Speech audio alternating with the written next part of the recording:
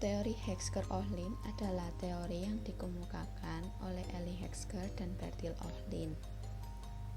Teori ini merupakan pengembangan teori keunggulan komparatif oleh David Ricardo. Teori ini membahas dasar keunggulan bidang teknologi dan faktor produksi yang dipengaruhi oleh faktor endowment atau pemilik faktor produksi suatu negara dan faktor intensity atau teknologi yang digunakan saat produksi. Teori ini memprediksi pola perdagangan serta jumlah produksi berdasarkan faktor produksi suatu negara. Teori ini juga menambahkan kelemahan teori klasik yang tidak menjelaskan adanya perbedaan produktivitas suatu negara sehingga dikenal dengan the proportional factor theory.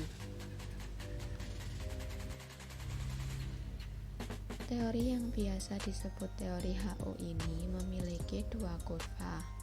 Yang pertama, kurva isokos atau kurva yang menggambarkan total biaya produksi yang sama.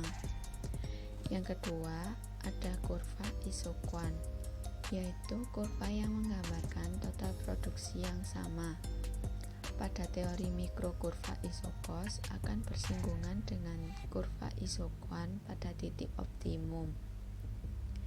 Jadi, dengan biaya tertentu akan diperoleh produksi yang maksimal atau biaya minimal akan menghasilkan jumlah produk tertentu.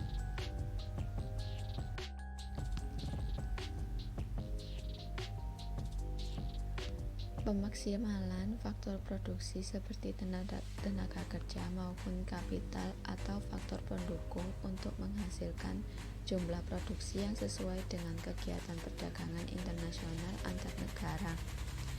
Dan sebuah negara yang kaya modal mengkhususkan diri dalam barang-barang padat modal dan ekspor mereka, sementara negara berlimpah buruh akan mengkhususkan diri dalam barang-barang padat karya dan ekspor mereka.